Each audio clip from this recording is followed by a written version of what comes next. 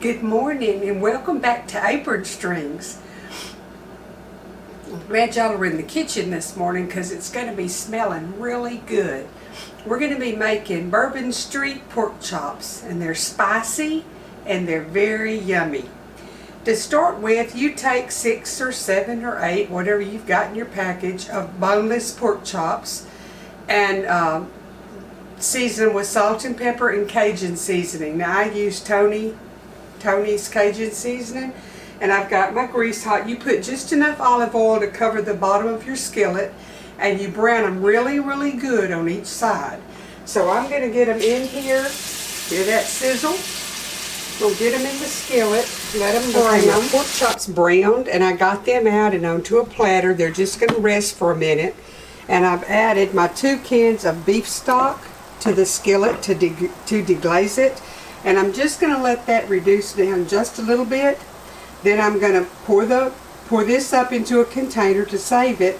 And I'm going to put in my onions and my celery, bell pepper, and garlic, and a bay leaf and a little bit of cayenne and salt, pepper, and some thyme. And I'm going to saute it until the vegetables start to brown. And then I will add my beef stock back and the pork chops, and I'll cook them until the pork chops are tender. Then I remove the pork chops, and I'm going to mix up a slurry with cornstarch and water to thicken the broth that's on it, and serve the pork chops with the broth over rice. I have all of them chopped: a large onion, 5 cloves of garlic, a small green bell pepper, and a small red bell pepper, and 2 ribs of celery. And that's my thyme I went out to the garden and picked and brought in and stripped, and it's ready to go in. Okay, I've taken my broth out, and now I'm fixing to saute the vegetables in the oil that's in there. Going into the skillet. And I'll give y'all the measurements here in a minute. I'm just going to stir these and cook them until the onions kind of start to brown. And then we're going to add our broth back in. I'm going to go ahead and add my hot sauce, a teaspoon of Louisiana hot sauce, Cajun seasoning, black pepper, salt, and thyme.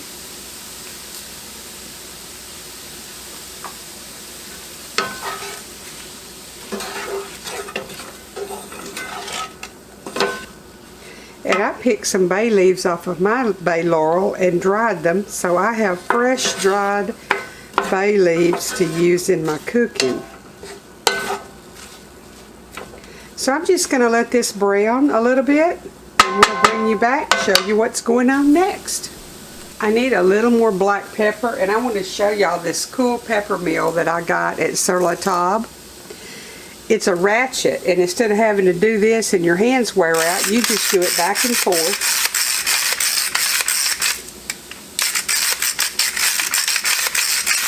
And you can do the adjust, you know, what size you want. But it sure has been better for me than the one that I've always used that you have to twist. Because sometimes my hands don't want to twist that. Okay, I'm going to cut my heat back up to medium. I had it on low while I got everything in. Let this saute down a little bit and start to brown, and then we'll get on with this show. Okay, while I'm sauteing the vegetables, I wanted to read y'all the recipe. 6 to 8 boneless center cut pork chops. Enough olive oil to coat the bottom of your skillet.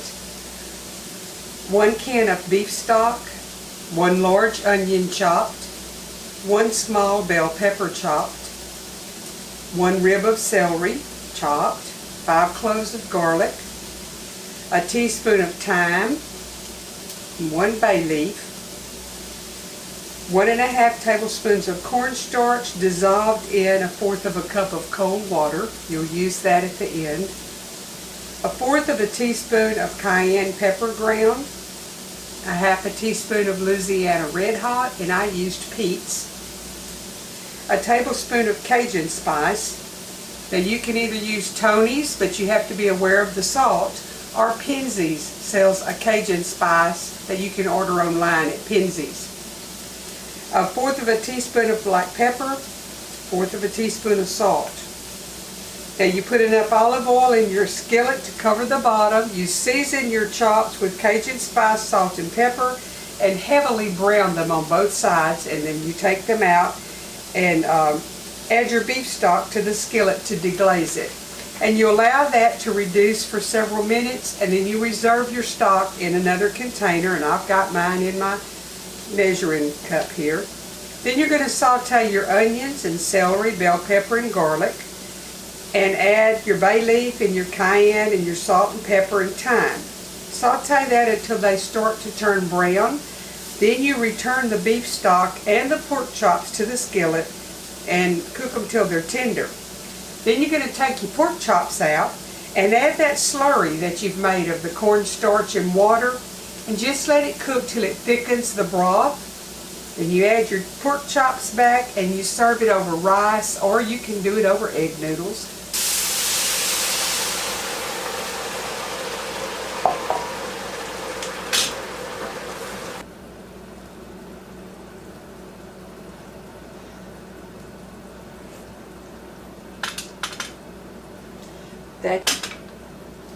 Okay, I'm going to get my pork chops in.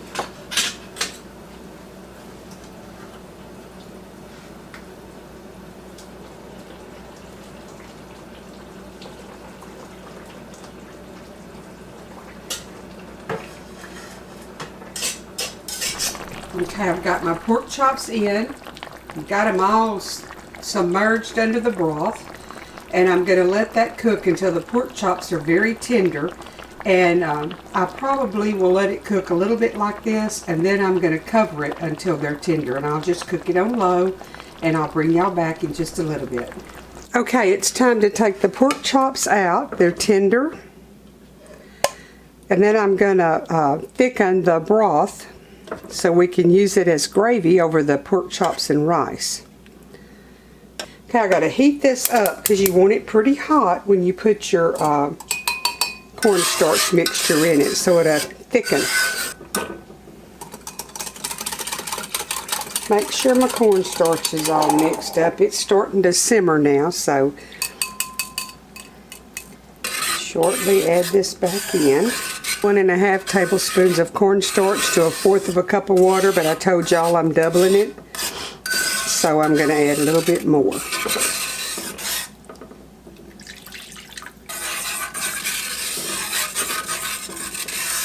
The difference in using cornstarch or flour will make it cloudy. Cornstarch, as it thickens, your glaze or your sauce is more clear. And I prefer cornstarch.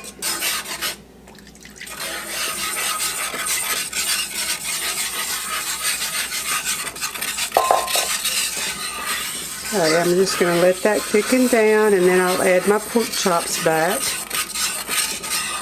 into the sauce. It's already thickening really nicely. And I'll taste it to see if it needs anything. And then I'll adjust the flavors according to what I want, rather than just going right by the recipe.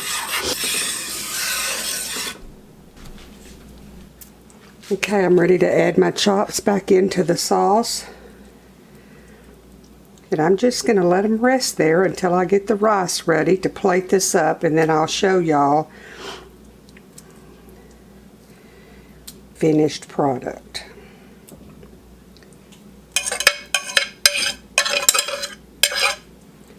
I'm just going to cover this with some foil and let it rest until I'm ready to plate it up. And we'll be back here in just a little bit. Okay, y'all, here's the pork chop all dished up. I put a little parsley on the top. It is delicious. When I cooked the rice, I added some salt and pepper, onion and garlic powder, and a package of the Lipton's onion soup mix, which flavors it really well, and about 2 tablespoons of butter. Sure made a good base for the pork chop and the sauce. It is delicious. One of y'all had asked me the other day for a few more pork chop recipes, so I thought I would share with you the Bourbon Street pork chops. They're spicy. If you don't like spicy, you won't like it because they're spicy, but they're delicious. It has such a deep, rich flavor. So I hope if you're into spicy, that you'll try it. And if you don't like the spicy, maybe you could not season it with as much Cajun seasoning, but still use the same method. I hope y'all got a good meal prepared today. It's Sunday here, so we're going to have a good lunch. We're going to have the cabbage casserole along with the Bourbon Street pork chops, and y'all will get the casserole tomorrow. And I may fix one more thing, and if I do, you'll get it the next day. But y'all can watch and make a good meal for your family that y'all will enjoy. It may be something new to your table. I